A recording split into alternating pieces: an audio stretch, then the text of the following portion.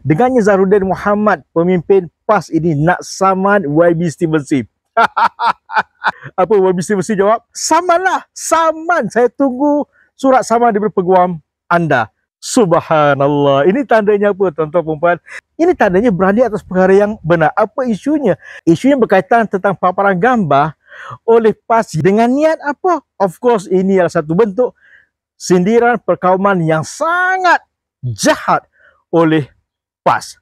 Nampak? Dan apa yang dibuat oleh YB Steven Sim? YB Steven Sim menegur tentang rasisme ini. YB Steven Sim menegur tentang kejahatan ini. YB Steven Sim menegur agar isu perkauman tidak dimainkan oleh PAS.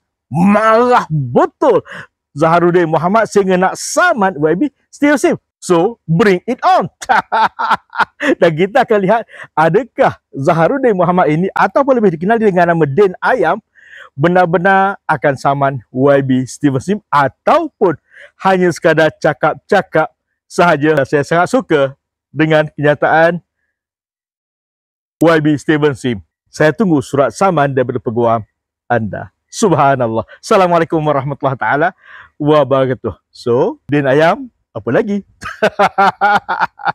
Zas.